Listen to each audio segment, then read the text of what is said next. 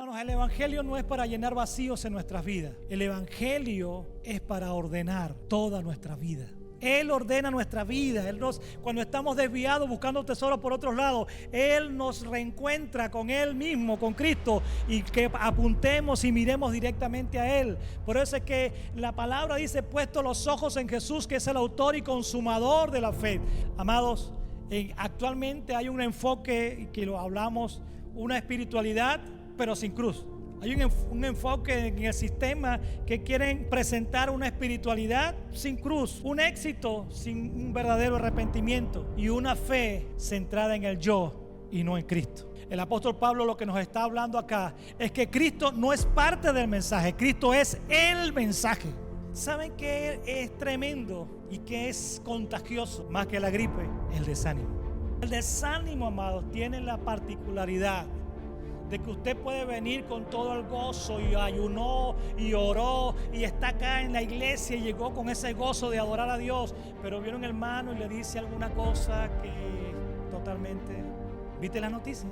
Y eso de repente, y si usted cae en el lazo y dice: sí, es verdad, yo estuve viendo, entonces el desánimo nos va a detener, va a colocar una pausa en nuestras vidas, no nos va a dejar avanzar. Vivimos en una cultura de aplausos rápidos pero de convicciones débiles, donde queremos, wow, los aplausos, pero las convicciones son débiles. No tengo convicciones, no tengo una fe firme.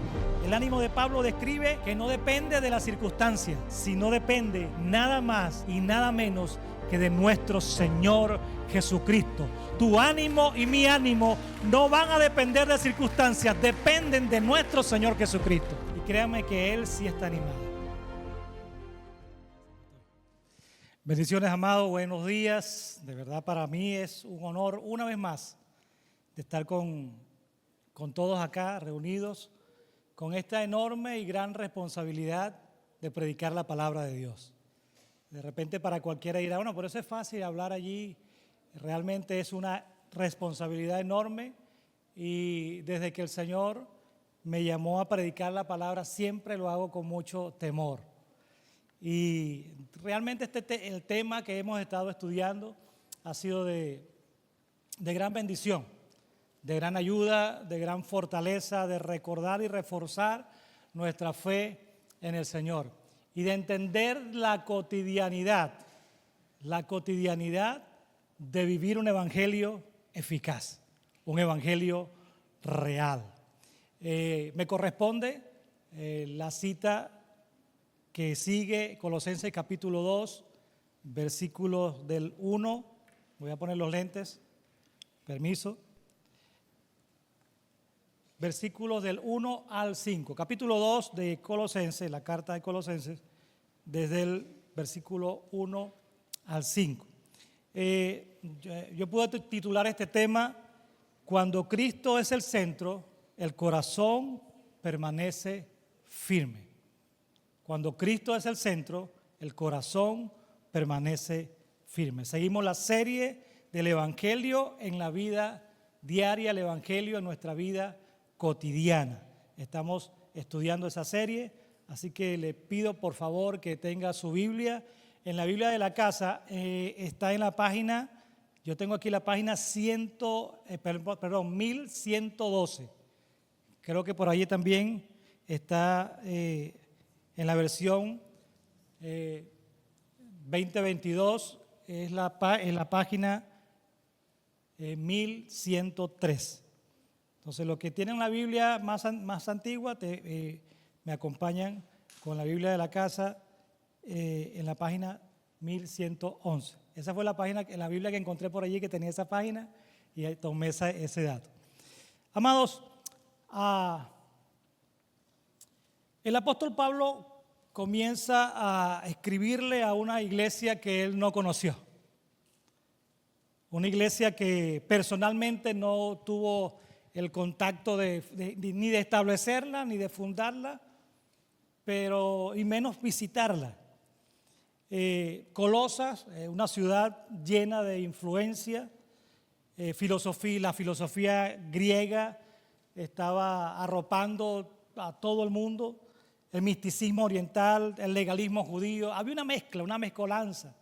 Quizás se parezca mucho a nuestra cultura de hoy, donde encontramos y escuchamos a través de los medios cualquier cantidad de variantes religiosas o filosóficas que marcan la vida de los seres humanos o que tienden a dirigir la vida de los seres humanos.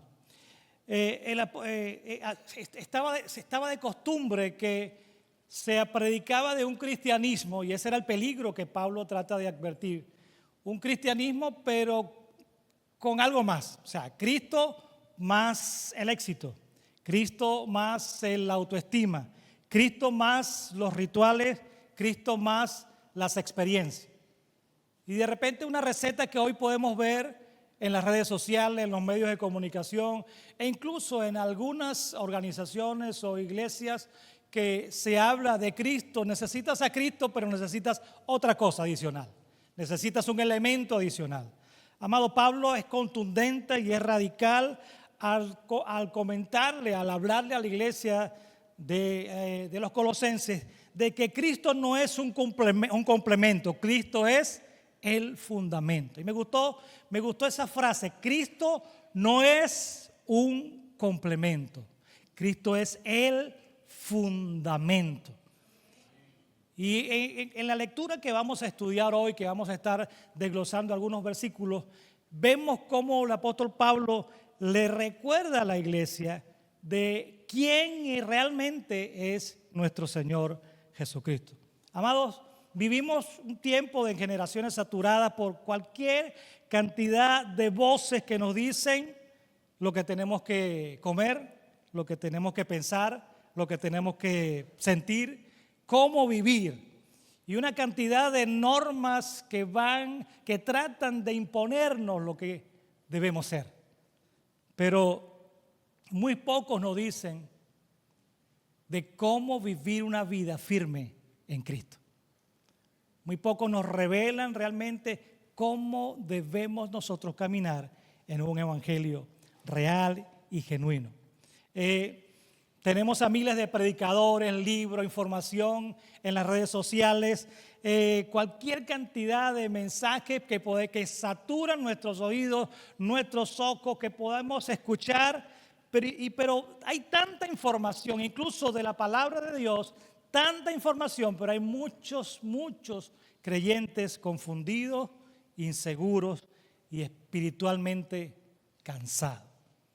Entonces la realidad actual no es diferente a lo que estaba pasando, estaban viviendo los colosenses en ese momento. Por eso es que cuando nos desconectamos del centro del evangelio, jamás vamos a obtener un resultado favorable conforme al propósito de Dios. Hoy el Espíritu Santo habla a nuestras vidas a través de esta cita bíblica. Ya habló a mi vida mientras la estudiaba, mientras me preparaba, habló profundamente a mi vida. Pero hoy quiero que podamos compartir, que podamos leer, que podamos digerir cada uno de los elementos que el apóstol Pablo a través del Espíritu Santo habla a la iglesia. No solamente la iglesia de la Odisea o de Colosas, también a la iglesia Sunlight Miami, también a todo aquel que está conectado a través de las redes, que va a tener la oportunidad de ver, de escuchar este mensaje. El apóstol Pablo, a través del Espíritu Santo, puede darnos un mensaje contundente en estos tiempos muy parecidos a los tiempos de Colosas. Le pido que se ponga de pie, por favor, y vamos a leer. Ubique su Biblia.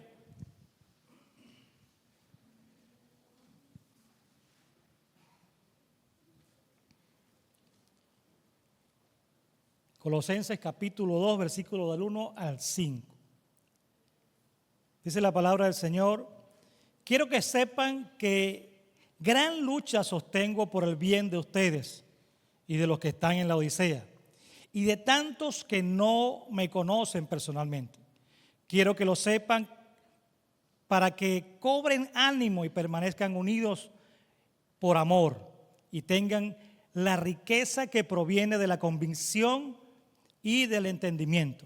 Y así conocerán el misterio de Dios, es decir, a Cristo, en quien están escondidos todos los tesoros de la sabiduría y del conocimiento. Digo esto para que nadie los engañe con argumentos que parecen convincentes. Aunque estoy físicamente ausente, los acompaño en el espíritu y me alegro al ver su buen orden y la firmeza de su fe en Cristo. Amén. Pueden sentarse, amados. Y acompáñenme, por favor, en una oración, allí sentadito. Amado Padre, gracias por este tiempo que nos permites de escudriñar tu palabra. Te ruego, Dios, que seas tú hablando a nuestras vidas conforme a nuestras necesidades. Espíritu Santo, tú conoces nuestro ser, conoces cada necesidad, conoces cada situación, circunstancia que estamos viviendo.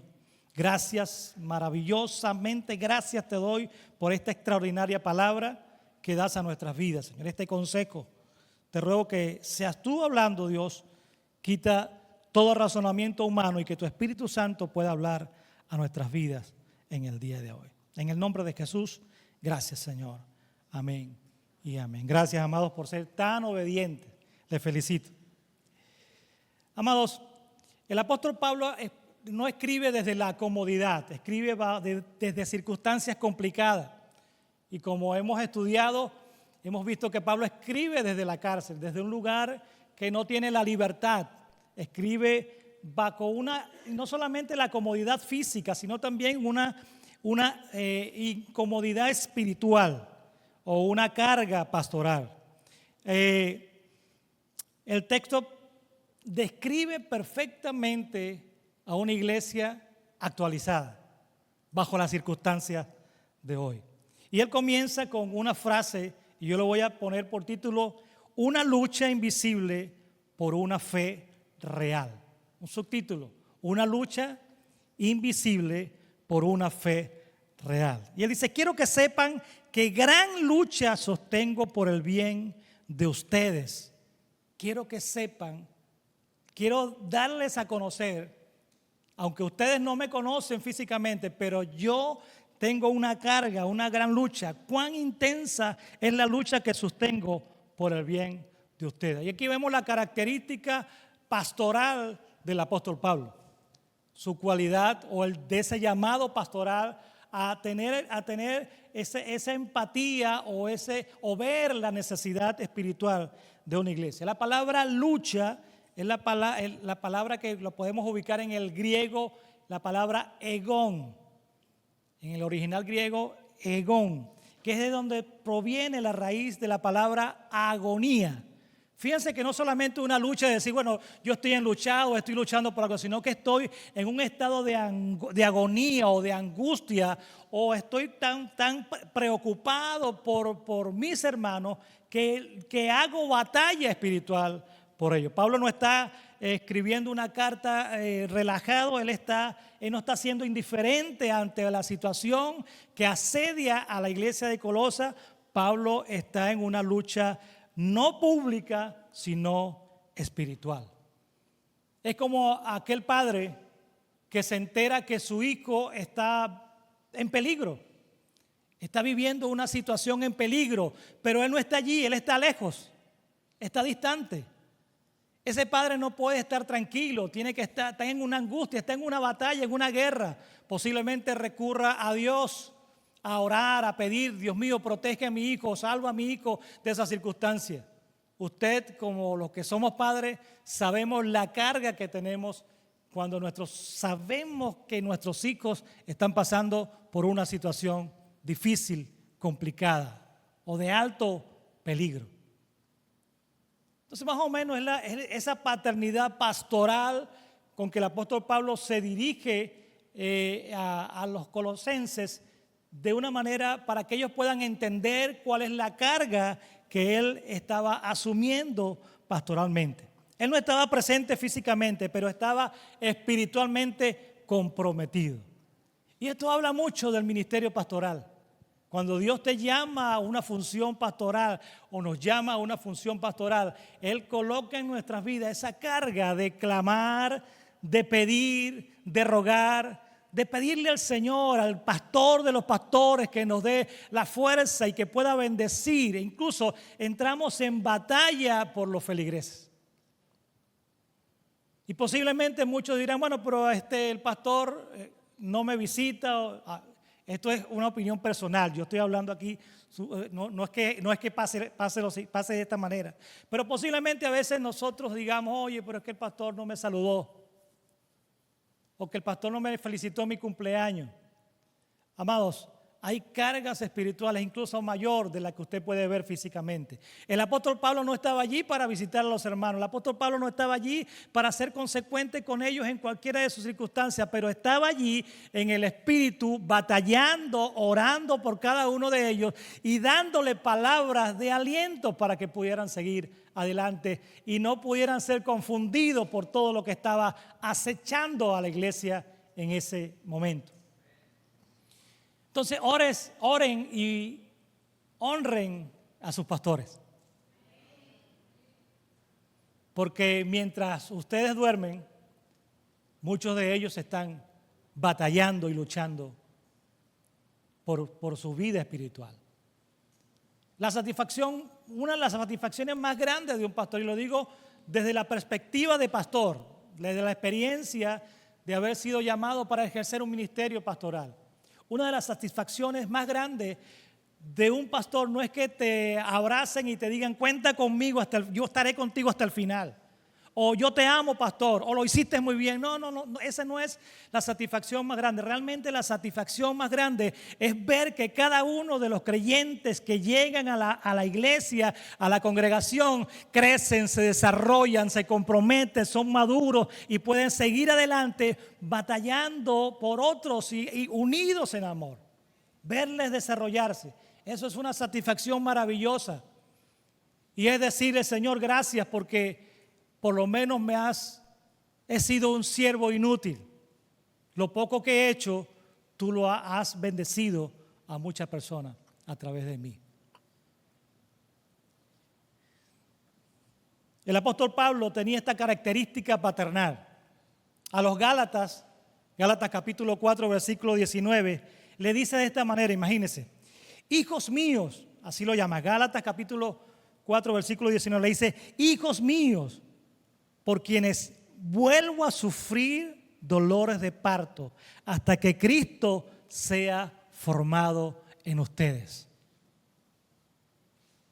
A veces los pastores sufrimos dolores de parto.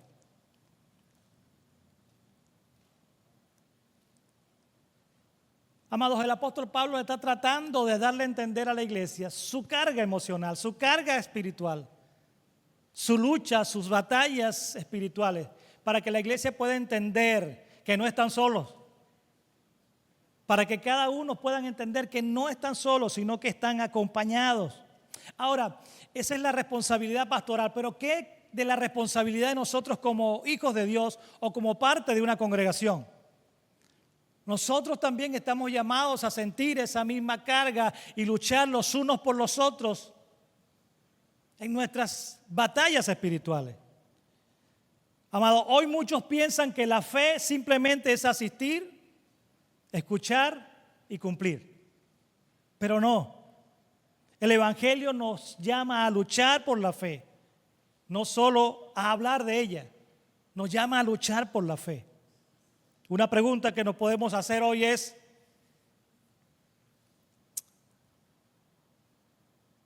¿realmente mi fe da como resultado inmediato que algunos se acerquen más a Cristo? ¿O estoy dispuesto a luchar hoy por cada uno de mis hermanos en la iglesia, a luchar espiritualmente? Le estoy hablando bajo el contexto espiritual. Estoy dispuesto a orar fervientemente por mi iglesia, por mi pastor, por los líderes, por cada creyente de esta comunidad. Estoy dispuesto a luchar fervientemente en el espíritu y a orar y a clamar a Dios por cada uno de ellos, sea cual sea su problema, su dificultad, su necesidad. ¿Estoy dispuesto a hacerlo? Esa sería la pregunta de aplicación para nuestra vida. Usted le responderá al Señor. Yo le responderé al Señor. El segundo aspecto es en el versículo 2.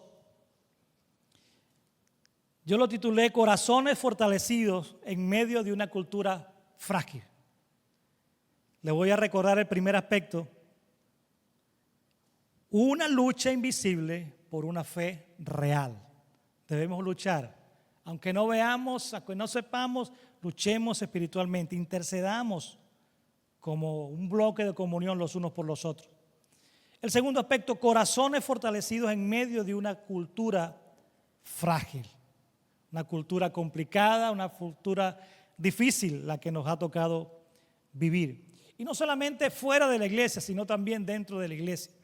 Y le cuento esto como experiencia. Uno de los choques más grandes que tuvimos nosotros como familia, y particularmente es cuando llegamos a este país, es la cultura de la iglesia, la cultura de cómo se maneja o la responsabilidad de la iglesia. A veces estamos tan cómodos que puedo ocupar un poquito de mi tiempo para la iglesia, pero no todo el tiempo. Puedo ocupar un poquito de mi tiempo para algunas cosas de la iglesia, pero no todo el tiempo. Puedo ocupar un poco de mi tiempo para Cristo, pero no todo el tiempo. Porque Cristo tiene que respetar todas las demás áreas de mi tiempo.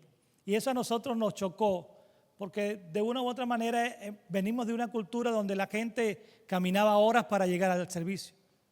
Donde la gente no había transporte, pero la gente hacía el esfuerzo y caminaba y hacía todo lo que tenía que hacer para llegar a tiempo al servicio y estar con los hermanos y compartir y después irse y caminar. A veces a nosotros nos tocó, eran las 12 de la noche y todavía repartiendo, llevando hermanos por todos lados. Amados, ese nivel nos ha costado, nos ha chocado, esa familiaridad dentro de las iglesias que muy pocos se ven, aquí se ve. Por eso estamos acá, porque hemos encontrado acá una familia maravillosa. Pero visitamos muchas iglesias y donde la familiaridad era poco común. Esa cultura frágil de un evangelio momentáneo solamente los domingos y ya listo, soy cristiano simplemente en la iglesia, en el tiempo del servicio, pero en mi vida cotidiana el evangelio está ausente. El versículo 2 comienza con una frase: quiero que lo sepan para que cobren ánimo. Me voy a detener en esa frase, quiero que lo sepan. Él está hablando de su lucha, de sus batallas espirituales por la iglesia de Colosa, pero él lo dice para que cobren ánimo. Mi propósito, en otras palabras, es que cobren ánimo. Y cobrar ánimo significa ser afirmado por dentro, no emocionado. Cualquiera se emociona con un mensaje, cualquiera se emociona con algunas palabras, cualquiera se emociona con cualquier cosa, pero la emoción es efímera. Hoy estamos emocionados, alegres, contentos, sí vamos a hacer esto, pero de repente le da dolor de estómago y dice, ya se me quitó la emoción. El apóstol Pablo está hablando de un ánimo que se afirma dentro de sí. ¿Saben qué es tremendo y qué es contagioso más que la gripe? El desánimo. Gracias a Dios que aquí no pasa eso, ¿verdad? Pero el desánimo, amados, tiene la particularidad de que usted puede venir con todo el gozo y ayunó y oró y está acá en la iglesia y llegó con ese gozo de adorar a Dios, pero viene un hermano y le dice alguna cosa que totalmente... ¿Viste las noticias? ¿Viste lo que está pasando con la migración? ¿Viste cómo está el país en llamas? ¿Viste todo? Y eso de repente... Y si usted cae en el lazo y dice, sí, es verdad, yo estuve viendo y vi en TikTok y vi en Instagram y ¿dónde más? En Facebook y vi en todo. No, eso está terrible. Amados, el desánimo nos va a detener, va a colocar una pausa en nuestras vidas, no nos va a dejar avanzar. Por eso que el apóstol Pablo le dice a la iglesia, sea cual sea la circunstancia que esté pasando la iglesia, recuerden que yo estoy luchando por ustedes, yo estoy batallando por ustedes, así que cobren ánimo, llénense de ánimo, vivan realmente conforme al propósito de Dios en su vida. Vivimos en una cultura de aplausos rápidos, pero de convicciones débiles. Donde queremos, wow, los aplausos, me aplauden, pero las convicciones son débiles. No tengo convicciones, no tengo una fe firme. El ánimo de Pablo describe que no depende de la circunstancia, sino depende nada más y nada menos que de nuestro Señor Jesucristo. Tu ánimo y mi ánimo no van a depender de circunstancias, dependen de nuestro Señor Jesucristo. Y créanme que Él sí está animado. Y Él sí tiene ánimo para darnos ánimo y mantenernos a nosotros, cual sea la circunstancia. Romanos capítulo 15, versículos 5 y 6. Vaya conmigo, por favor. Hoy lo voy a hacer leer y buscar la Biblia. Y le invito, si usted viene por primera vez y no sabe, dígale a uno de los hermanos que le ayude a veces nos acostumbramos mucho a la tecnología que nos cuesta ya. ¿Dónde es que queda Romanos? Romanos queda en el Antiguo Testamento o en el Nuevo Testamento. En el Nuevo Testamento, amados. Hoy lo puse a trabajar. La pantalla está blanca. Romanos capítulo 15, versículos 5 y 6. Fíjense el apóstol Pablo lo que habla a la iglesia de Roma. Que el Dios que infunde aliento, hay otras versiones que dicen que el Dios que te da ánimo y perseverancia les conceda vivir juntos en armonía conforme al ejemplo de Cristo Jesús, para que con un solo corazón y una sola voz glorifiquen al Dios y Padre de nuestro Señor Jesucristo. Que el Dios que infunde aliento, que el Dios que te da ánimo, Él es el que sostiene nuestro ánimo. Él es la fuente de nuestra energía. Él es el centro de todas las cosas. Amados, si el consuelo que fortalece el corazón viene de estar unidos y firmes en Cristo, entonces, ¿qué realmente está animando mi fe? O, mejor dicho, ¿a quién estoy animando a través de mi fe? Tengo a Cristo en mi corazón, Él es la fuente de mi ánimo. Tengo una fe, una convicción clara, pero esa fe está tocando otros corazones. Soy esa luz, como decía nuestro hermano Gustavo, somos luz. Y no es por la camisa, es porque realmente reflejamos a un Cristo maravilloso. Entonces nuestra fe debe reflejar realmente y animar a otros. El apóstol Pablo, lleno de fe, animaba a la iglesia. Cobren ánimo. No se dejen desanimar por las circunstancias, por los problemas y circunstancias hay de más. Si yo le pido en esta mañana que usted levante la mano cuál circunstancia o cuál problema está pasando, vamos a pasar la semana completa hablando de cada uno de esos problemas y esas circunstancias. Pero tu fe y tu ánimo no dependen de esas circunstancias, depende de la roca eterna y firme de nuestro Señor Jesucristo. Amados, el Evangelio no nos hace invisibles, nos hace estables. La centralidad del Evangelio no es que te va a hacer, se te hace estable, firme en la roca que es Cristo. Sea cual sea la tormenta, sea cual sea el tiempo que se avecine. El Señor es el Señor de los tiempos. ¿Usted cree que Él no sabe lo que va a pasar mañana? ¿Usted cree que Él no sabe cuál es tu necesidad, lo que está pasando en este momento, en la circunstancia que estás viviendo? Él la conoce y sabe lo mejor que Él tiene la respuesta para cada una de tus circunstancias.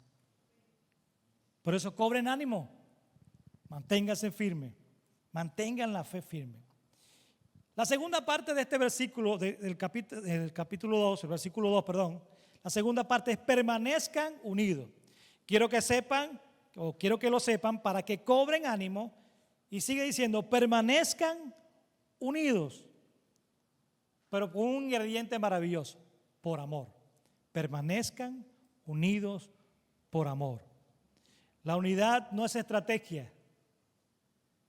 Vamos a hacer un servicio unido. ¿Has escuchado eso? Yo he escuchado, allá en mi país he escuchado mucho. Vamos a hacer un servicio unido. La unidad no es estrategia. La unidad es un fruto del Evangelio. La unidad es una cualidad de nosotros como hijos de Dios. Y debemos nosotros reflejar esa unidad. ¿Saben? Mucha gente dice estar unida o soy tu amigo, soy tu hermano, sea cual sea la circunstancia. Tú cuentas conmigo, mi hermano, mi carnal, no sé, cualquier otra palabra que podamos nosotros tomar. Yo voy a estar contigo codo a codo, cuenta conmigo, usted es mi hermano, usted es mi sangre, usted es mi raza. Pero cuando vienen las circunstancias difíciles o los momentos complicados o los momentos de escasez, los momentos de enfermedad, ahí realmente se pesa un corazón unido. Cuando se caen las máscaras, ahí realmente se pesan quiénes son los que están realmente junto a ti. Es una ilustración cotidiana de una realidad que vivimos a diario. Pero el apóstol Pablo nos manda a través de su palabra, de la palabra, a través del Espíritu, a que debemos permanecer unidos. Amados, una iglesia unida no es igual, no quiere decir que todos somos iguales. Una iglesia unida no es igual, sino es una iglesia que ama igual.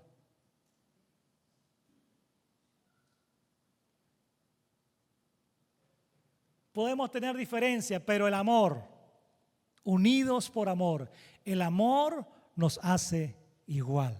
El amor nos hace mantener unos con otros ligados, orando y luchando unos por los otros, sabiendo las necesidades de cada uno, pero batallando en la fe por cada uno de nosotros, manteniéndonos allí firmes en el Señor. La unidad es un fruto, no es un requisito. Podemos decir, bueno, porque es que tenemos que estar unidos porque somos la iglesia. No, la unidad es una característica que emana de que yo soy parte del cuerpo de nuestro Señor Jesucristo.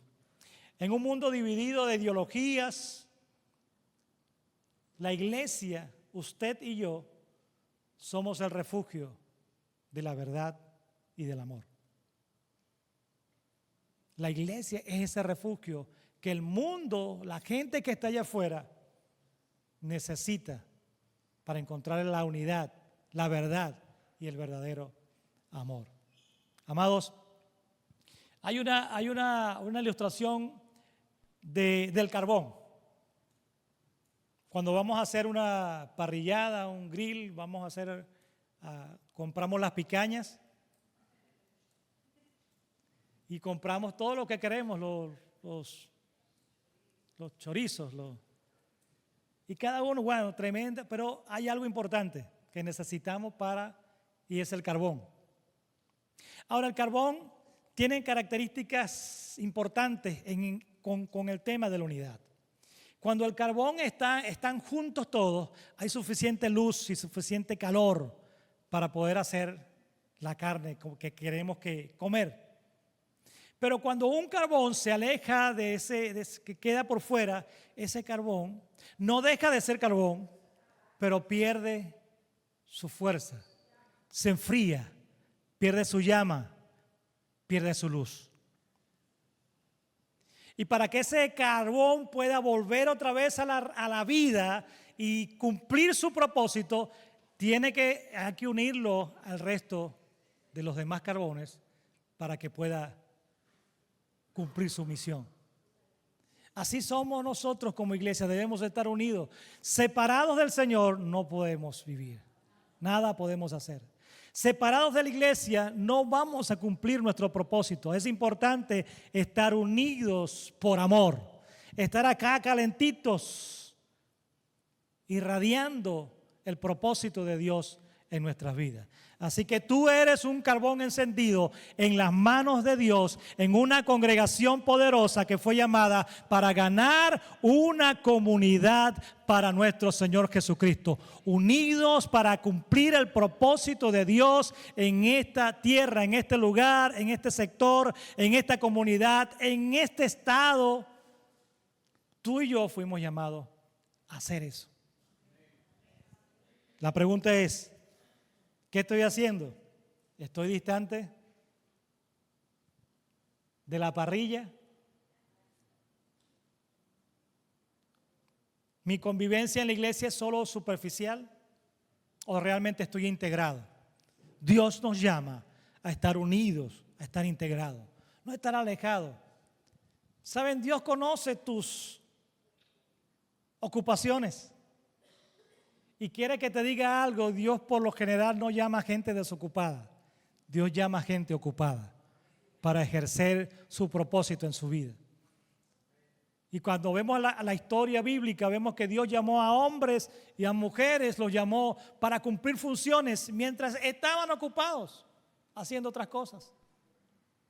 Así que las ocupaciones no te limitan a ser parte de una iglesia que necesita que puedas estar unidos a ellos para avanzar en el Señor.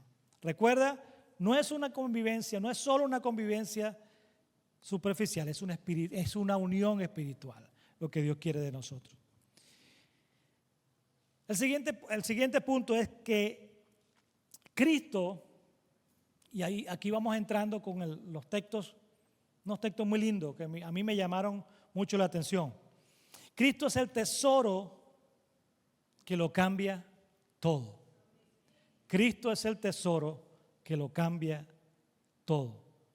Y en el versículo 2, al final del versículo 2 y principio y el versículo 3, dice, así conocerán el ministerio de Dios, el misterio de Dios, es decir, a Cristo. Así conocerán el misterio de Dios, es decir, a Cristo, en quien están escondidos todos los tesoros de la sabiduría y del conocimiento. Escúcheme bien, la palabra todos. No son algunos tesoros, no es alguna información referente a Cristo. No es un conocimiento efímero o es parte de la historia, no, es todos los conocimientos, toda la sabiduría. Él es el gran tesoro. Amados, actualmente hay un enfoque que lo hablamos, una espiritualidad pero sin cruz. Hay un enfoque en el sistema que quieren presentar una espiritualidad sin cruz, un éxito sin un verdadero arrepentimiento y una fe centrada en el yo y no en Cristo. El apóstol Pablo lo que nos está hablando acá es que Cristo no es parte del mensaje, Cristo es el mensaje.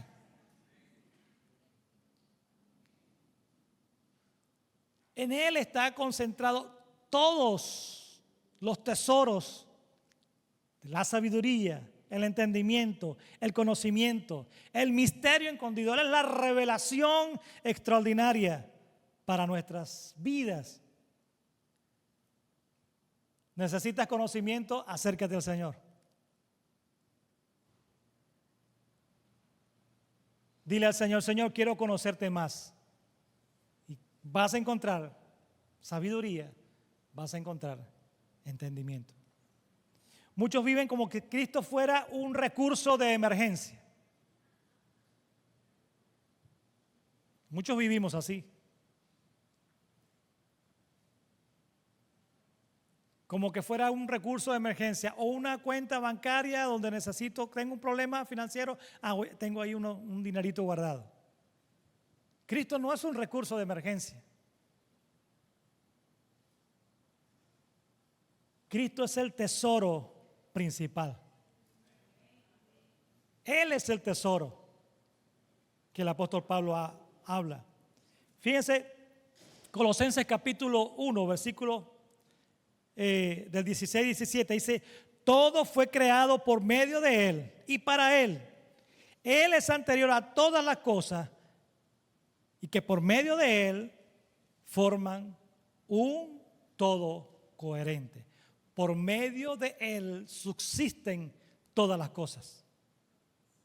Por medio de Él es la plenitud de aquel que lo llena todo. Es nuestro Señor Jesucristo. Imagínese que alguien o que usted recibe una herencia y la herencia que le dejan es una caja fuerte antigua. Una caja fuerte, antigua, y usted dice: wow, eso debe tener oro de todo tipo, monedas, ahí debe haber millones y millones. Y usted agarra y la tiene allí, la pone en el lugar más seguro de su casa, y usted contempla, todavía no puede abrirla, y pasan los días, y usted viendo esa caja fuerte, y la mira y pasa por aquí, pasa y la ve, hasta que un día se decide abrirla.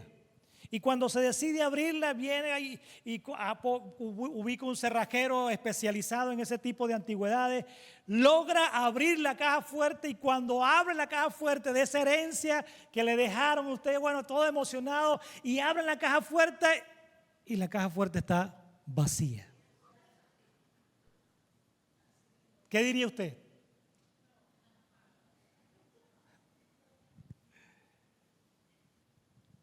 Amados, mucha gente anda en este tiempo buscando tesoros donde no lo hay. Mucha gente sigue en este tiempo buscando esos tesoros, anhelando tesoros y siguiendo instrucciones o guardando cosas en su corazón que realmente están vacías. Guardan esperanza, logros, ideologías, tradiciones, experiencias que parecen fuertes, que parecen seguras, están bien cerradas, pero están totalmente vacías. El apóstol nos habla de que la verdadera riqueza proviene y es nuestro Señor Jesucristo. La sabiduría y el conocimiento están escondidos en Cristo. Y créeme, allí hay valor. Cristo no es los subtítulos, Cristo es la realidad del tesoro inmenso que Él significa para nosotros. La pregunta que podemos hacernos es: ¿dónde estamos buscando? ¿Estamos buscando la verdadera fuente de la sabiduría? Cristo es suficiente. Cristo es suficiente.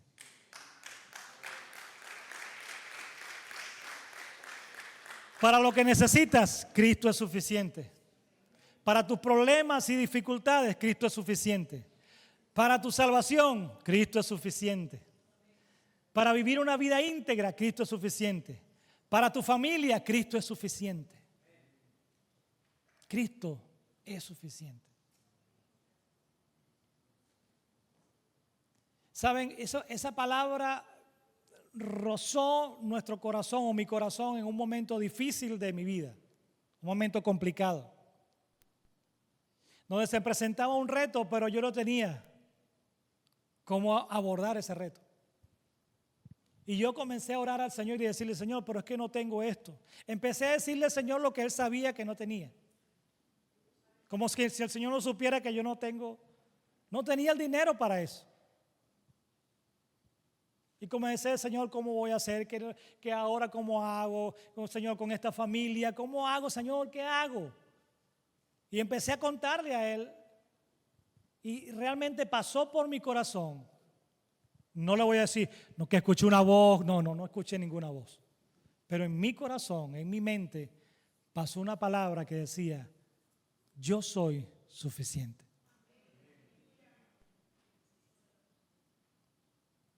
Yo escuché al Señor hablarme en mi corazón. No fue que yo escuché esa voz que retumbó y se cayó. No, nada de eso. Pero en mi corazón creo que recordé la palabra, Cristo es suficiente. El Espíritu Santo hizo hablar a mi vida.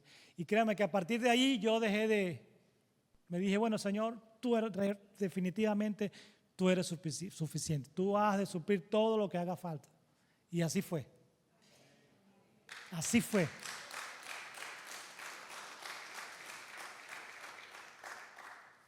Hermanos, el Evangelio no es para llenar vacíos en nuestras vidas. El Evangelio es para ordenar toda nuestra vida. Él ordena nuestra vida. Cuando estamos desviados buscando tesoros por otros lados, Él nos reencuentra con Él mismo, con Cristo, y que apuntemos y miremos directamente a Él. Por eso es que la palabra dice, puesto los ojos en Jesús, que es el autor y consumador de la fe.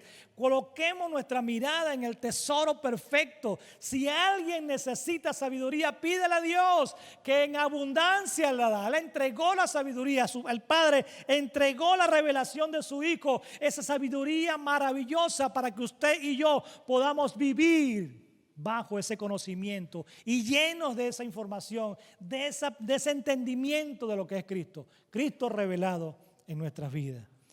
En Él no hay engaño, en Él hay verdad. Él es la verdad.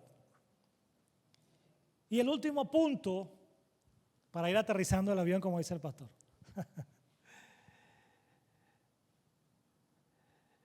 Protegidos contra el engaño. El apóstol Pablo dice en el versículo 4, digo esto para que nadie los engañe con argumentos que parecen convincentes. Digo esto para que nadie los engañe con argumentos que parecen sutiles, dicen algunas versiones. Digo esto para que nadie los engañe con argumentos capciosos, dicen también otras versiones. Amados,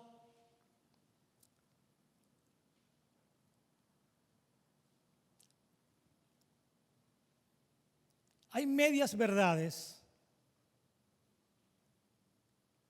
que nos llevan a una mentira total. De hecho, una media verdad no es verdad, es una mentira disfrazada. Ejemplo, vas al médico, te chequean la presión y el doctor te dice, tienes la presión un poco alta, pero tranquilo, eso es común. La mayoría de la gente tiene la presión un poco alta. Y tú, bueno, te quedas con ese diagnóstico y dices, bueno, pero tengo la presión un poco alta. Te vas para tu casa, pero eso es una media verdad. Y es verdad, hay mucha gente que tiene la presión alta.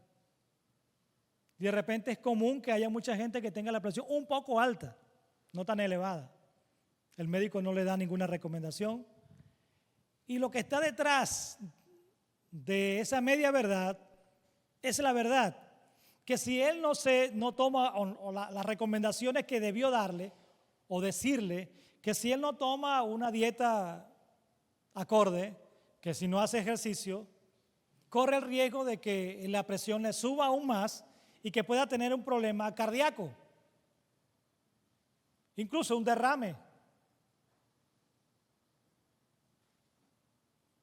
que tiene que tomar algunas medidas para poder normalizar su presión. Entonces realmente eso no se lo dijo, entonces se convierte en una media verdad. El apóstol Pablo no está hablando de doctrinas falsas directamente. No le está diciendo esto es falso, sino argumentos convincentes. Y el diablo no se va a aparecer acá y te va a decir, yo soy el diablo y vengo a engañarte. No, él no va a decir eso.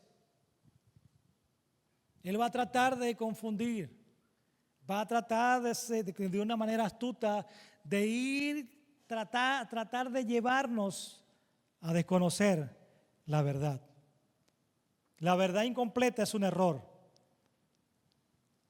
Fíjense, hay muchas verdades incompletas en este tiempo, disfrazadas de lenguaje bíblico. Incluso algunos hablan de Cristo y apelan a la razón, pero omiten la plenitud de Cristo en sus vidas. Segunda de Corintios capítulo 11, versículo 3, dice, pero me temo, dice que así como la serpiente con astucia engañó a Eva, los pensamientos de ustedes sean desviados de un compromiso puro y sincero con Cristo. El apóstol Pablo estaba pendiente de la iglesia en Corintios y le dice: tengo temor de que así como la serpiente con esa astucia, con esas medias verdades, engañó a Eva, ustedes puedan ser persuadidos o puedan desviar su compromiso puro y sincero con Cristo. Hay medias verdades por allí. A veces vemos predicadores hablando cosas, sacando texto de contexto, utilizan la palabra, pero para tratar de engañar, de distorsionar, de manipular. Amado, dele gracias a Dios que tenga una iglesia donde se predica una palabra real, genuina, centrada, cristocéntrica, donde se predican valores. El apóstol Pablo está dando una advertencia: hey, tengan cuidado con esas sutilezas que se disfrazan de verdad, pero no son verdad. Al final son mentira.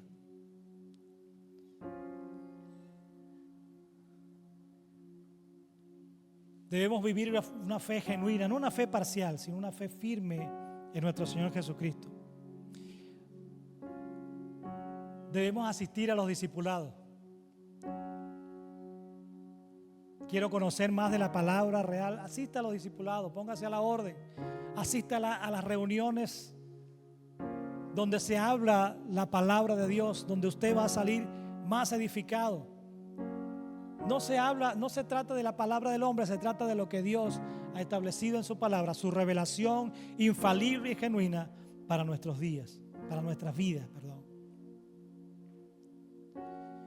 Aunque estoy físicamente ausente, los acompaño en el Espíritu y me alegro de ver su buen orden y la firmeza de su fe en Cristo.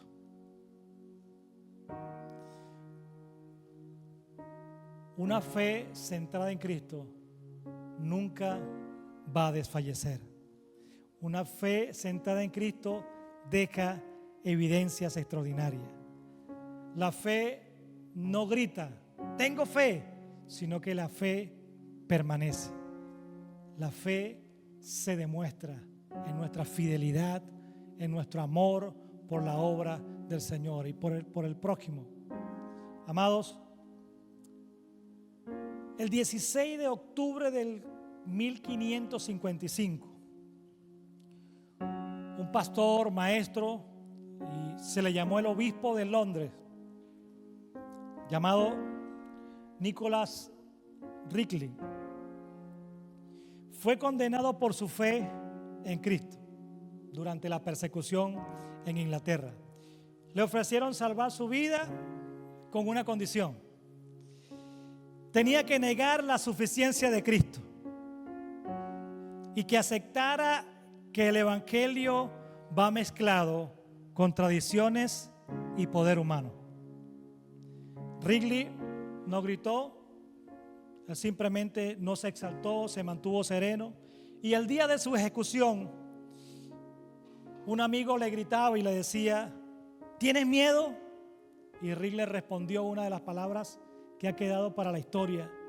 Él dijo esta frase: he encontrado en Cristo un tesoro tan grande que ninguna llama puede quitármelo. Cuando el fuego comenzó, él no oró para ser liberado. Él lo oró al Señor y dijo: Señor, te pido que mi fe no flaquee. Te pido que mi fe se mantenga firme. Amados, este hombre posiblemente se convirtió en un mártir y muchos dirán: oye, pero ¿qué le costaba a él decir que la religión, la tradición y Cristo pueden ir de la mano? ¿Qué le costaba decir esas palabras y salvarse? Pero ¿saben qué? Él prefirió, por su fe y su convicción, mantenerse firme porque tenía el conocimiento de un tesoro más extraordinario, nuestro Señor Jesucristo. La vida puede perderse, pero la fe se mantiene firme cuando le creemos al Rey de Reyes y Señor de Señores. Amados, el mundo hoy no te va a obligar a que no te va a matar o te va a perseguir para que niegues tu fe. No te lo va a decir abiertamente, pero va a tratar de reducir a Cristo en ti. Va a tratar de simplificar a Cristo. Va a tratar de que lo mezcles, de que lo desplaces del centro, de que el Señor no sea el centro de tu vida. ¿Quién es realmente tu tesoro? ¿Quién es realmente nuestro tesoro? Amados, Colosenses capítulo 2, del 1 al 5, nos ha paseado a entender una lucha que es real, una lucha espiritual que debemos mantener los unos por los otros.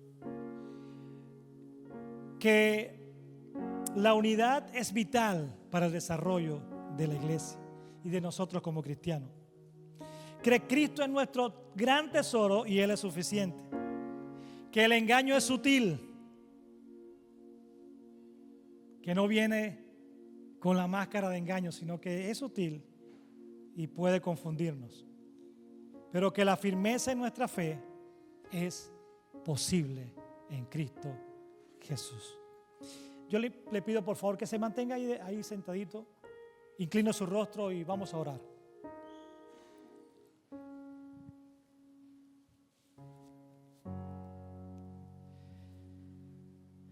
Amado Señor, Padre nuestro, llegamos delante de ti con un corazón abierto y humilde, Señor. Gracias por recordarnos hoy que en medio de la lucha tú no nos abandonas, Señor, sino que en medio de la confusión tú sigues siendo claro, Dios. Señor, gracias porque Cristo es suficiente, Señor, y afirma nuestros corazones. Guárdanos en tu amor, amado Dios. Líbranos del engaño sutil. Señor, que nuestra fe no dependa de las circunstancias ni de las emociones, sino que nuestra fe esté cimentada en ti, Señor. Que cuando venga la prueba, Dios, seamos firmes. Cuando venga la duda, recordemos tu verdad. Cuando nos sintamos débiles, que tú nos des o que seas nuestra fortaleza, Señor. Hoy confesamos públicamente, Señor, que Cristo es nuestro tesoro maravilloso, que Él es nuestra roca eterna y es nuestra esperanza, Señor.